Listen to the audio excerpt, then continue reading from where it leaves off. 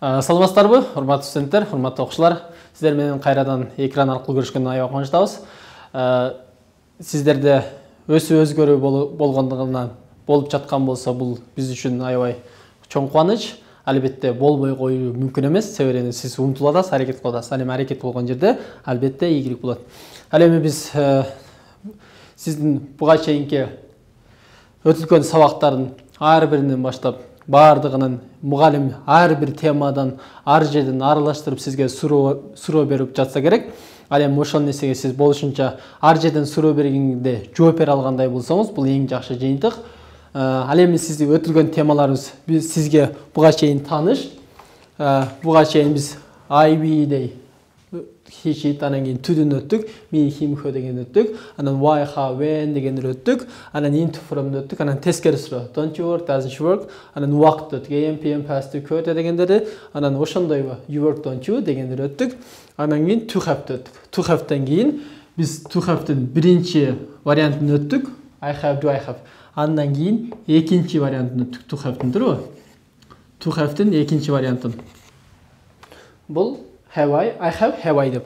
Андан кийин биз must өттүк. Кылышым керек, укташым керек, барышым керек, турушум керек, жатышым керек. Эми must боюнча must'та бүт барык мен кылышым керек, укташым керек, сүйлөшүм керек, жатышым керек. Бир нерсени кылышым керек боло турган болсо must болду, туурабы? Эми караңыз. Must'тын келер чагында караңыз.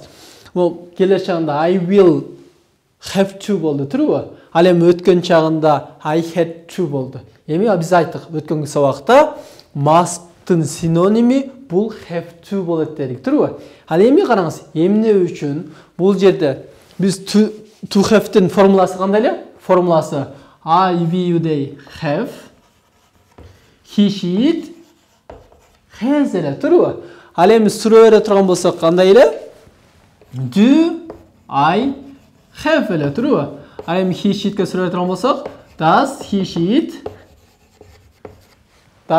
have эле. Ал эми тескериси I, we, they don't have, I, we, they don't have, he, she, it doesn't have. Ушундай эле, туурабы? Эми караңыз. Эми сиз келер чагы өткөн чагында I will have to болсо, өткөн чагында had to болсо, must'тын синоними have to болотса, эмне үчүн учур чагында сиздер I, we, they, he, she, it must дебестен I, we, they have to десеңиз болбойт. He, she, it has буга да to'ну кошуп койсок болбойт. Do I have-ке эмне үчүн to'ну кошуп койсоңуз болбойт. Does he have-ке эмне үчүн to'ну кошуп койсоңуз болбойт. I don't have-ке эмне үчүн to'ну кошуп койсоңуз болбойт. He doesn't have-ке эмне үчүн to'ну кошуп койсоңуз болбойт. Албетте болот да, көрдүңүзбү? Логикага салсак, I will have-ке to'ну коштук, I had-ке to'ну коштук. Ал эми бунун формуласы have-ке to кошулуп атат. Учур чакта I, they have to, he, she, it has to. Do I have to, does she have to? I don't have to, he doesn't have to. Бул ошо must кандай болсо, ошол эле сыяктуу бунда дагы кылышым керек, укташым керек, жатышым керек, турушум керек. Керек болду. Болгону must менен I must менен I have to'нун айырмасы кандай? Айырмасы I must десеңиз, сиз кылышыңыз керек, бул өзүңүз каалаган үчүн. Сиз өзүңүздүн жан дүйнөңүздөн чыгып атат. Мисалы үчүн, мен англис тилин үйрөнүшүм керек деп максат кылып атасыз. Туурабы? Ал эми эгерде сиз өзүңүздүн жан дүйнөңүздөн чыкпастан сырткы айлана чөйрө белгилеп койгон тартипке ылайык болсо, анда сиз ошол жерде I have to десеңиз болот. Маселен, I have to go to the university at 7 o'clock. Мен университетке саат 7-де барышым керек. Анткени эмне болду? Университеттин ректораты ошол нерсени бекитти. Сиз аны өзүңүз каалаган жоксуз, бирок кылышыңыз керек. Демек, сырткы чөйрө сизге милдет жүктөй турган болсо, анда have to'ну айтасыз. Ал эми өзүңүз каалай турган болсоңуз, анда must колдоносуз. Көрүңүзбү? Must менен have-тын айырмасы. Бир жалпы алып келгенде керек, бирок must керек сиздин жан дүйнөңүздөн өзіңіз қалаған үшін, өзіңіз милдет қылып алған үшін must дейді екенсіз дағы. Ал эми сыртқы чөйрөнүн таасиринен сиз кылышыңыз керек болсо, анда have to-ны колдонот экенбиз. Демек, мен университетке барышым керек. I have to go to university. Барышым керекпи? Do I have to go? Барбашым керек? I don't have to go. Ал эми ал кыз барыш керек. She has to go. Барыш керекпи? Does she have to go? Ал барбаш керек. She doesn't have to go. Ал эми келер чагы өткөн чагы окшош. I will have to go. Will I have to go? I won't have to go. I had to go. Did I have to go? I didn't have to go. Көрдүңүзбү? Жеп жеңил. Must'ын бул экинчи формуласы. Ал эми бул эмне үчүн буну да үйрөнүп алабыз? Себебинде китептерди окуп каласыз, бирөө менен сүйлөшүп каласыз, чет элге чыгып калсаңыз, алар must'ын ордуна ошо have to, she has to дегенди көбүрөөк колдонот. Ал эми сиз бул жерде профессионалдык деңгээлде, жогорку деңгээлде, аңгыз тилин жогорку деңгээлде үйрөнүүгө максат кылып ошолго жолдо кетип бара жаткан үчүн болушунча биз идеалдуулукка жакын аңгыз тилин идеалдуулук деңгээлге үйрөнүүгө максат кылып атабыз. Ошон үчүн болушунча маалыматты кенен, бирок жеңил, ассоциация, образ бири-бирине байланыштырып, жеңил жол менен сизге үйрөтүүгө аракет кылып жатабыз. Албетте, сизде да жылыш аракет болсо, жылыш эң сонун сизде да болот. Ал эми ушул эреже түдүдагы эси, этиши, багыты, убактысы кандай болсо, бунда да коддум ошондой эле кетет. I have to go to the university, I have to work, today at 5 o'clock. Кандай ушундай. Суроо бере турган болсок, do I have to go? Или do I have to work? Why, how, when, what'тар ушул эле do, does, did, will'дин алдына келе берет. Why, how, when, what тактоо суроолор барлыгы. Ошолор бүт бардыгы ушул will, do, does, to do да, to have да, must да кандай суроо берүү эрежеси сакталса, эси, этиши, багыты, месте, убактысы кандай болгон болсо, мында дагы дайым эле кадимки деле бардыгы коддум ошондой. Түшүнүп да? Жакшы. Эми сизге бара-бара бул караңыз.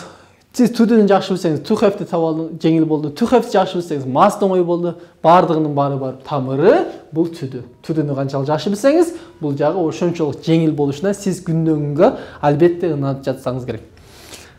Ынанып жатасыз. Ал эми биз ар бир сабактын акырында туура эмес этиштерди жаттап жатабыз. Ал эми туура эмес этиштерин сиздер биринчи катарын үйрөндүңүздөр, ассоциация кылып, ал эми ошонун экинчи, үчүнчү катарларын албетте ушул биринчиге байланыштырып үйрөнүү жеңил болот.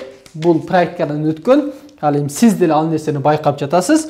Ал эми биз ошол туура эмес этиштерди ассоциация кылып өткөнгө токтогон жерибизден улап кетебиз. Биз өткөнгө токтогон жерибизде swim деп туруп акыркы сөзүбүз swim болгон. Ал эми кийинки сөз бул take. Take деген бул алуу деген сөз. Алуу. Алуу кандай? Take деген алуу. Эмне кылыңыз? Айлык барып калыңыз. Айлык барып калсаңыз, бир койго бир така кирип алыптыр да. Така кирип алыптыр. Эмне болот? Анан чоң атаңыз, койлордун арасынан такени алып чык деп атат да. Така, take, алуу. Көрдүңүзбү? Така, take, алуу. Андан кийин tear. Tear деген бул айыруу. Бир нерсени монтуп айырып алабыз го, ошону tear дейбиз. Караңыз. Билесиздер, эски үйлөрдө мына айнегине бир материал тосуп коет да. Анан ал күндө тура берет, анан чирип калат. Чирип калгандан сиз барып туруп, эми tear койсоңуз эмне болот? Ал айрылып келет. Демек, tear айыруу, tear койсоңуз айыруу. Tear айыруу. Жаттадык. Андан кийинки сөз teach. Teach деген бул үйрөтүү деген сөз. Ал эми мугалим деген эмне деген? Teacher. Ал эми teacher ошол үйрөтүү деген сөздөн келип чыккан. Мындай айтканда үйрөткүч. Андан кийин tell. Tell деген бул айтып берүү, бир нерсени айтып берүү. Эми сиз бир досуңузга чалдыңыз. Досуңузга чалсаңыз, эмне болот досуңуз? Телефон аркылуу бардык нерсени айтып берет. Мындай болду да, мындай болду да, мындай болду. Демек, tell аркылуу эмне болуп берет экен? Айтып берет экен. Азыр көпчүлүгү телефонду tell деп эркелетип алган турбу? Ошол tell. Айтып берүү. Андан кийин think. Think деген бул ойлонуу деген сөз. Адамда витаминдер болот да. Эми think деген материал, витамин бар. Эгер адамда ошо think жетпей кала турган болсо, адамдын ой жүгүртүүсү төмөндөйт деп ассоциация кылсаңыз болот. Think. ойлону. Think жетишпей калганда адамдын think ой жүгүрүсү төмөндөйт экен. Анан эсе throw деген бул ыргытуу. Эми алдыга бир мусор түшүп калды, же бир нерсе түшүп калды. Эмне кыласыз? Сүрүп алып барып ыргытып жибересиз. Сүрүү ыргытуу, а throw дагы ыргытуу экен. Сүрүп ыргытып жиберет экенбиз. Андан эсе understand деген түшүндү. Эми дастан деген таныстар да турбу? Эми ал дастан баарын түшүнөт экен да. Дастан деген киши ал дастан баарын түшүнөт. Ал дастан understand баарын түшүнөт. Ал эми upset деген бул капалануу. Upsetter деген таныстарбы? Ошо upsetter дайым капаланып жүрөт экен да. Understand баарын түшүнөт, ал дастан. Upsetter капа. Upsetter. Wake деген ойгону. Биз жана топиктерде I wake up in the morning at 5 o'clock мынчада ойгонем деп атпаңыздар беле. Ошо wake, ушул wake. Wake up деп атат элеңиздер, отуруп ойгону. Мындай болуп да, бир күнү үйүңүздө той болду. Үйүңүздө той болду дагы баарыңыздар ресторанга кеттиңиздер. Ресторанга кетип, ресторандан келсеңиз, үйдө бүт меймандар жатып алыптыр, сизге төшөк калбай калыптыр. Анан сиз бир кап таап алдыңыз. Каптын ичинде жанагы тойдон түшкөн майда чүйдөлөр бар экен. Эми сиз ошону башыңызга коюп алып туруп анан жатсаңыз, эртең менен турсаңыз, бирөө ойготот да, кап тур деп атат. Сизге уже кап деген ат коюп коюптур. Эмне? Кап деп атат. Ойгон деп атат. Кап, wake up, ойгону. Жаттадык а? Кийинкиси wear деген бул кийинүү деген сөз. Кийинүү. Эми кышты эмне дейбиз? Winter дейбиз. Эмне кылат экенбиз биз? Winterде wear кылат экенбиз. Winterде кийинебиз, калың кийинебиз. Демек winter, wear. Жаттадык. Кийинкиси win деген бул жеңүү. Сиз оюн ойнобасаңыз, бир шахмат ойнойсузбу, же дагы башка ойнойсузбу, ошондо эмне кылат? Win деп чыгат турбу? Эми ошол win эмне? Бул жеңүү деген сөз. Won деген жеңдиңиз деген сөз. Демек ошол win, ушул win экен. Анан эсе write деген бул жазуу деген. Ал эми сиз writer чыңгыз айтып атабыз, the greatest writer деп үйрөнчүңүзгө. Ошо writer ушудан келип чыккан. Жазуучудан ушудан келип чыккан. Ал эми speed деген бул ылдамдатуу, тездетүү. Бир нерсени ылдамдатып тез айтабыз го. Ал эми билесиздерби? Эмеде машинада спидометр бар, ошо ылдамдыкты эме кылган. Ошону бассаңыз, анан кийин ошол ылдамдыгын көрсөтөт. Ал эми ошол speed ушудан келип чыккан. Болбосо, караңыз. Speed деген оору бар, ошол ылдамдык менен жайылып жатат. Тездик менен жайылып жатат. Speed жайылып атат, бул speed дагы ылдам жайылып атат. Ылдамдатат мындай айтканда.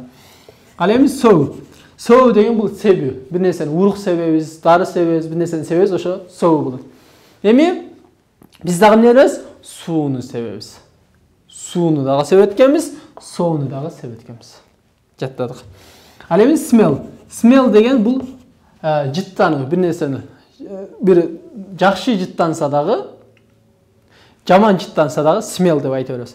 Караңыздар, мисалы үчүн күчтүү адамды smelly деп коет орус тилде. Эми ал тренировка кылат да, көнүгүүлөр кылат. Эми көнүгүүлөр кылганда эмне болот? Ал терлейт.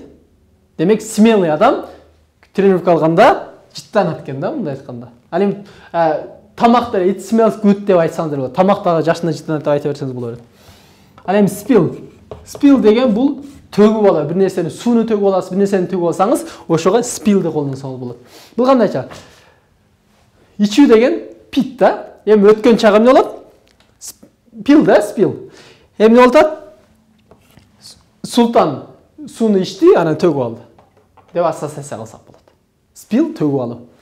Эми үйрөнгөндөрүбүздү бир катар эстетип кетели. Take. Не дедик? Такеге байланыштыга, таке, take. Тие койсоң айырылат дедик. Ал эми teach деген үйрөтүү. Мугалим teacher ушудан келип чыгыптыр. Tell телефон аркылуу баарын айтып берет дедик, Think деген эмени витамин жетишпей калса адамда ой жүгүртүү төмөн экен. Ал эми throw деген бир нерсени сүрүп барып ыргытып берет экенбиз. Understand алдастан баарын түшүнөт. Upsetter капа дедик. Wake up тур дедик. Wear ойгон. Winterде wear кылат экенбиз. Ал эми win деген бул жеңүү. ойындарда болот дедик. Write деген жазы, writer ушундан келип жатыптыр. Speed деген ылдамдык, speed ылдамдык менен жайылып жатат. Sew деген себүү, бир нерсени себүү, smell деген күчтүү адам чыттанат экен. Spill деген бул ырда төгүп алды. Демек, true message'те үйрөнгөндөр ушулар болду. Ал эми биз must'тын синоними have to'ну үйрөндүк. Must кале синоним, бирок ошо IB'де have to, he, she, has to'ну үйрөндүк. Суроо бере турган болсок, do, does менен, тескери don't, doesn't менен have-ке to'ну, has-ке to'ну кошуп үйрөндүк. Ал эми must менен have-тын айырмасы, to have must сиздин өзүңүздүн каалооңуздан чыгат экен дагы. Ал эми have to сырткы чөйрөнүн таасиринен сиз кылышыңыз керек болуп калат экен. Ал эми буга чейинки үйрөнгөндөрүбүз сиздин эсиңизде. Эми эртеңки күнгө тапшырма, кийинки күнгө тапшырма. Сиздер биз эми дагы бир 2-3 сабактан кийин такыр туду менен байланышы жок to be системасын өтөбүз. Эгерде сиздер тудуну канчалык жакшы, мыкты өздөштүрө турган болсоңуз, to be системасына келгенде сизге ошончолук жеңил болот. Ошон үчүн болушунча буга чейинки өтүргөн анча-мынча сиз убактыңыз бөлө албай калган болушу мүмкүн, анча-мынча кыйналып аткан болушу мүмкүн, ар кандай маселе, проблема болгон болушу мүмкүн. Бирок сиз дайым эле окуп жүрө албайсыз да, дайым эле сизде окуганга үйрөнгөнгө мүмкүнчүлүк жок. Дайым эле ата-энеңиз сизге контракт төлөп бербейт, акча төлөп бере албайт. Дайым эле сизге күндүк эле сиз келип кете албайсыз. Дайым эле сиз окуп жүрө албайсыз, дайым эле тил үйрөнө албайсыз. Эми атайын ушу ата-энеңиз убакыт бөлүп берип атса, атайын убактыңыз кетирип атсаңыз, атайын акча кетирип аткан болсоңуз, демек күндүгө эми сиз эмне кылып атасыз? Ушунча ойлоп атасыз да, сиз бул жакка келип атканда мен 1,5 саат сабак катышып атам. Же көп болсо айына 1,5 миң сом, 2 миң сомдон төлөп атам. Ушу бир курсум 3 миң сом менен бүтүп атат. Көп болсо 1,5 саат убактым кетип атат деп ойлойсуз да, бирок андай эмес. Сиздин күндүгө сабакта отурганыңыз 1,5 саат. Сабакка келем деп даярданганыңызга 1 саат убакыт кетет. Ал эми барышыңызга да 1 саат убакыт кетет. Ал эми күндө 1 сааттан ташма аткарсаңыз жок дегенде сиздин аңгысыз сабагыңызга 4 саат, 4,5 саат убактыңыз кетет күнүнө. Ал эми акчаңыз 3 миң сом менен бүтүп калбайт. Күндө жол кира кетерсиз. Эгерде айылга же үйүңүзгө кетпей түз сабак келсеңиз, обед жесиз, ал дагы ошо курстун сабагына эсептелет. Сиздин 2 айлык курсуңуз да канчалаган саат менен жана дагы жок дегенде 8 миң, 9 миң, 10 миң сом менен бүтөт. Ошон үчүн сиз акчаңызга, убактыңызга күйүңүз. Ал эми ата-энеңиз сизден үмүт кылып атат. Ошол ата-эне бир тууган жакын сиздерден үмүт кылгандар үчүн аракет кылыш керек, убакыт текке кетирбеш керек. Албетте бунун мөмөсү кайтат болгону, анча-мынча убакытты кетирип, убакыт таппай калган болсоңуз, аларды кетириңиз, бүттү. Эми аларды кайтара албайсыз, бирок алдыдагы убакыттарды текке кетирбей, биз дагы 2-3 сабакта башка система өтөбүз. Ошон үчүн буга чейин бир катар бышыктап, жакшы кайдалап бышыктап, өзүңүз ынангандай, жүрөгүңүз сүйүнгөндөй, жан дүйнөңүз тынч алгандай окуп туруп, андан кийинкиге өтсөк, алар дагы буюрса тудундай кандай өздөштүрсөк, анда ошондой өздөштүрүп ала турган болсок, буюрса ал жагы жеңил болот. Ал эми эртеңки тапшырма өтүлгөн грамматиканын бүт баарын кайталайсыз. Туура эмес эриштер 2-3 катарларын кошо бүт баарын кайталайсыз, жаттайсыз. Автомат сизге жеткирип, мугалимдер сиздерден күндө ошо туура эмес эришттерди жаттап атканыңызды сурайт. Ал эми күндө сизге берилген топиктерди сурайт, туура эмес эришттериңизди, туура эмес сөздөрүңүздү тууралап берет, туура эмес сүйлөп атсаңыз, аны корректеп кылат, тууралайт. Андан кийин эртеңки күнгө тапшырма ошол мынал маска берилген аңысыны которуңуз деген ар бир мастан кийинки, ар бир сабактан кийинки аңысыны которуңуз буга чейинкилерин калтырып койгон болсоңуз, сиз эчке суробаса деле, контроль кылбаса деле, сиз өзүңүз үчүн окуп атасыз да. Ошон үчүн ар бир аңысыны которуңуз дегенди которо бериңиз. Бул сизге аябай чоң жардам берет. Бул көпчүлүк адамдарга пайдасын берген. Ал эми ал дагы сизге албетте пайда берет. Ал эми эртеңки күнгө тапшырма өзүңүз каалагандай эмне жөнүндө сүйлөгүңүз келип жатат. Эмне жөнүндө, кандай нерсени эжекеңизден сурасаңыз сизге топиктердин темасын берет. Ошолордун арасынан түдү түхөп масты көп колдоно турган теманы тандап алыңыз дагы эркин топик айтып келесиз. Жазып, аны билбеген сөздөрүңүздү которуп алып туруп, жазып келип айтып бересиз. Күндө сүйлөй бериңиз. Күндө катабы, туурабы сүйлөй бериңиз. Сүйлөп анан кийин такшаласыз. бардық адам тура сөйлеп кетпейді, бардық адам эле бир күндө сөйлеп кетпейт. Туура эмес сүйлөп аткан болсоңуз, түшүнбөй аткан болсоңуз, башка болсо эч кызалык болбосо аракет кыла бериңиз. Анткени аракеттен бул ийгилик чыгарылат. Ал эми кийинки сабакта көрүшкөнчө сиздерге ийгилик болсун.